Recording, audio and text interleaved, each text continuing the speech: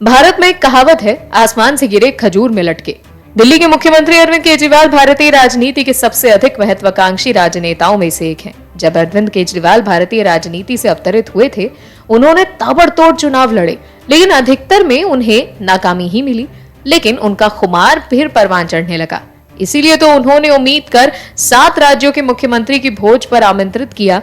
लेकिन उनके राजनीतिक शोपीस भगवंत मान को छोड़कर इस भोज का लुफ्त उठाने कोई नहीं पहुंचा। सबने अपने अपने बहाने गिनाकर इस भोज से कन्नी काट ली। अब बेचारे केजरीवाल फिर से वही ढाक के 3 पात हो गए।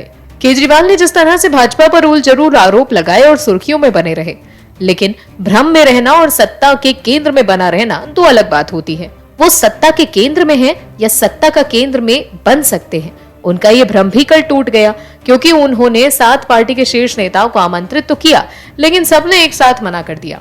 आखिर क्या है खबर, चलिए आपको बताते हैं। दिल्ली के सीएम अरविंद केजरीवाल की ओर से गैर बीजेपी और गैर कांग्रेसी तीसरा मोर्चा खड़ा करने की कोशिशें की जा रही हैं। हालांकि एकजुट विपक्ष से लेकर तीसरा मोर्चा बनाने को लेकर की जा रही ये तमाम कोशिशें रंगलाती नहीं दिख रही। हाल ही में आम आदमी पार्टी के सुप्रीमो अरविंद केजरीवाल ने 7 राज्यों के मुख्यमंत्रियों को पत्र लिखकर 18 मार्च को डिनर के लिए बुलाया था। सियासी गलियारों में इस तीसरा मोर्चा बनाने की कवायद के तौर पर देखा गया, लेकिन विपक्षी दलों के सीएम ने अलग अलग वजह देकर उस डिनर के कार्यक्रम में शिरकत नहीं की। दिल्ली के सीएम अरविंद केजरीवाल ने झारखंड, पश्चिम बंगाल, बिहार, तेलंगाना, केरल, तमिलनाडु और पंजाब के मुख्यमंत्रियों को डिनर का न्योता दिया था। हालांकि इस डिनर कार्यक्रम में केवल पंजाब के सीएम भगवंत मान ने ही शिरकत की। जेएमएम के नेता हेमंत सोरेन, डीएमके नेता MK Stalin, TMC supremo Mamata Banerjee, JDU नेता नीतीश कुमार, बीआरएस नेता केसीआर और सीपीआईएम नेता पिनाराई विजयन ने इस कार्यक्रम से दूरी बनाई रखी। इन नेताओं का डिनर से इनकार सीएम केजरीवाल के पीएम नरेंद्र मोदी के खिलाफ गैर बीजेपी और गैर कांग्रेसी तीसरा मोर्चा बनाने पर बड़ा झटका था। दरअसल न्योता पाने वाले विपक्षी दलों के नेताओं ने रणनीतिक तौर पर आम आदमी पार्टी के कार्यक्रम से दूरी बनाई है। कांग्रेस के बिना किसी गठबंधन ने जुड़ने में इन सियासी दलों ने कोई तवज्जो नहीं दी। अगर आप पिछले 1 दशक के राजनीतिक इतिहास को देखेंगे तो पता चलेगा कि पिछले 4 साल में 14 गठबंधन बने और सभी अपने राजनीतिक महत्वाकांक्षा कारण धराशायी हो गए, क्योंकि ऐसे तमाम गठबंधन में राजनीतिक स्वार्थ अधिक होता है और जनसेवा कम। फिलहाल आम आदमी पार्टी को भी समझना होगा कि उनकी इस तरह की राजनीति काम नहीं आने वाली है। मुद्दई लाख बुरा चाहे तो क्या होता है, वही होता है जो मंजूर खुदा होता है। ये कहावत तो आपने अक्सर सुनी ही होगी, लेकिन अगर आज कोई इस कहावत पर फिट बैठ रहा है तो वो है राहुल गांधी। कांग्रेस की युवराज और 52 साल की उम्र में भी अपने आप को युवा मानने वाले राहुल गांधी अभी अभी भारत जोड़ो यात्रा से लौटे हैं। लेकिन गौर करने वाली बात यह है कि वो जब से इस यात्रा से लौटे हैं, मानो कि जैसे खुद काल उनका हिसाब लेने आ गया है। कभी विदेश में जाकर भारत की बुराई करते हैं तो फंस जाते हैं, तो कभी 4 साल पुराने मामले में सजा सुना दी जाती है। अभी समझने की कोशिश करिए कि 2024 में लोकसभा चुनाव होने हैं, लेकिन जिस तरह कांग्रेस लगातार सवालों के घेरे में आ रही है, ऐसा लग रहा है कि 2024 में होने वाले लोकसभा चुनाव तक कांग्रेस खत्म ही ना हो जाए। आपको बता दें, मोदी सरनेम पर दिए गए विवादित बयान को लेकर सूरत की सेशंस कोर्ट ने कांग्रेस के पूर्व अध्यक्ष राहुल गांधी को दोषी करार दिया। कोर्ट ने उन्हें आपराधिक मानहानि केस में दोषी बताते हुए 2 साल कैद की सजा सुनाई। हालांकि राहुल की सजा को कोर्ट ने 30 दिन के लिए निलंबित रखते हुए जमानत दे दी। उन्हें ऊपरी अदालत में जाने का मौका दिया गया। कोर्ट में दोषी करार दिए जाने के बाद राहुल गांधी से भी जज ने उनकी राय पूछी, जिस पर उन्होंने कहा कि एक नेता के तौर पर उन्होंने अपना काम किया। केरल के वायनाड से सांसद राहुल गांधी ने माफी मांगने से भी इनकार किया। वहीं राहुल गांधी के वकील बाबू मंगूकिया ने बताया कि मुख्य न्यायिक मजिस्ट्रेट एच वर्मा की अदालत ने कांग्रेस नेता को भारतीय दंड संहिता की धाराओं 499 और 500 के तहत दोषी करार दिया। ये धाराएं मानहानि और उससे संबंधित सजा से जुड़ी हैं। वहीं राहुल गांधी को सजा मिलने के बाद कांग्रेस तिलमिला गई। राहुल गांधी से लेकर प्रियंका गांधी वाड्रा ट्वीट कर अपनी भड़ास निकाल रहे हैं। सजा मिलने के बाद राहुल गांधी ने ट्वीट कर लिखा, मेरा धर्म सत्य और अहिंसा पर आधारित है। वहीं प्रियंका गांधी वाड्रा ने ट्वीट कर लिखा कि डरी हुई सत्ता की पूरी मशीनरी साम दाम दंड भेद लगाकर राहुल गांधी जी की आवाज को दबाने की कोशिश कर रही है।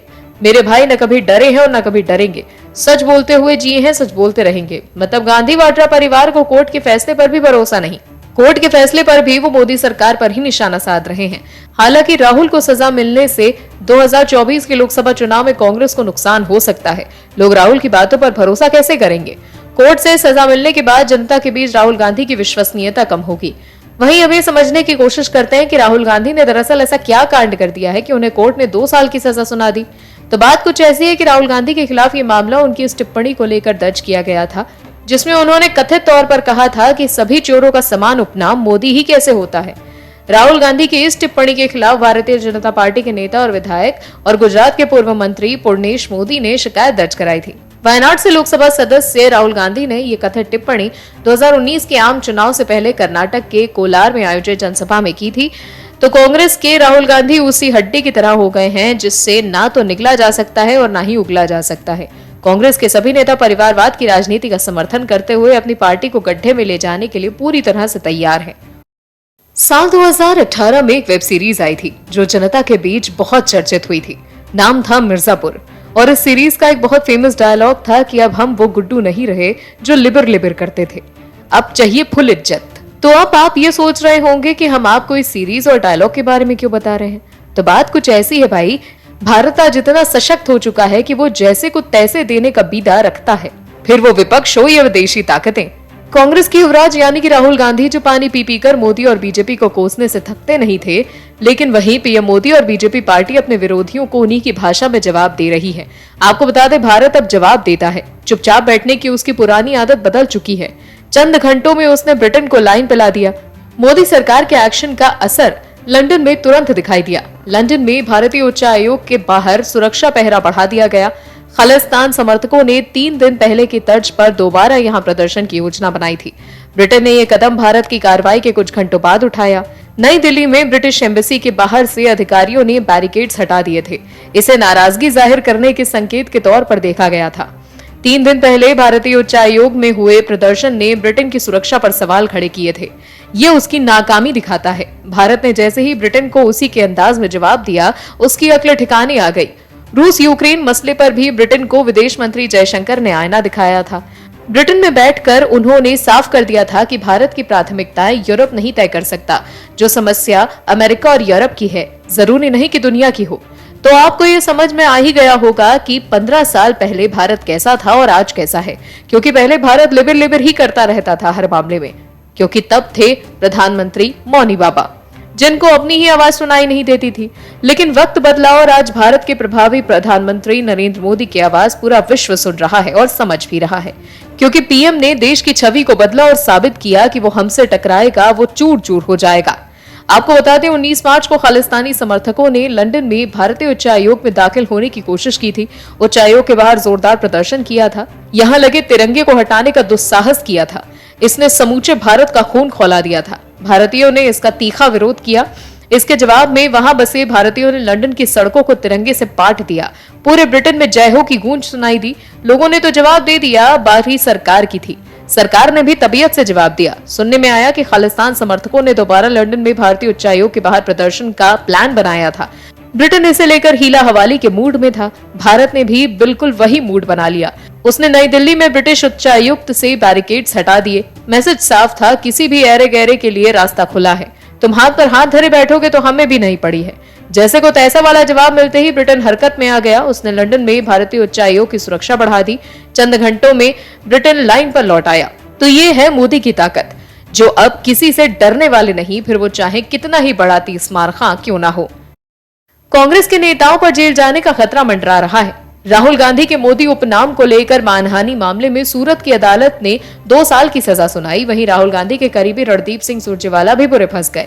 सुरजेवाला पर भी कार्रवाई का खतरा मंडरा रहा है। कुल मिलाकर देखें तो कांग्रेस आज अपनी बिसात बिछाने के लिए जुटी हुई है। कांग्रेस के नेता अपनी हरकतों की वजह से आज हाशिए पर चले गए हैं और देश की जनता ने कांग्रेस को सत्ता से उखाड़ फेंका है। जनता को समझ में आ गया है कि जो पार्टी अपने लोगों की नहीं हुई वो देश की क्या खाक होगी। कांग्रेस पार्टी हर तरीके से अपने आप को बचाने में लगी है, कभी भारत जोड़ो यात्रा के सहारे तो कभी जनता को लुभावने वादे के सहारे। लेकिन इनमें से कुछ भी काम नहीं आ रहा, क्योंकि कांग्रेस पार्टी के नेता ही कांग्रेस को डुबाने का काम करते हैं। कभी राहुल गांधी तो कभी रणदीप सुरजेवाला। आपको बता दें, कांग्रेस नेता रणदीप सिंह सुरजेवाला को इलाहाबाद हाईकोर्ट ने झटका लगा है। कोर्ट ने सुरजेवाला के विरुद्ध वाराणसी के कैंट थाने में दर्ज पलवा तोड़फोड़ और सार्वजनिक संपत्ति को नुकसान पहुंचाने के मसले में चल रही कार्यवाही को रद्द करने से इनकार कर दिया। कोर्ट ने रणदीप सिंह सुरजेवाला को ट्रायल कोर्ट में डिस्चार्ज याचिका दायर करने के लिए कहा है। साथ ही अर्जी का निस्तारण होने तक उनके विरुद्ध किसी भी प्रकार की उत्पीड़नात्मक कार्रवाई नहीं करने का आदेश दिया है।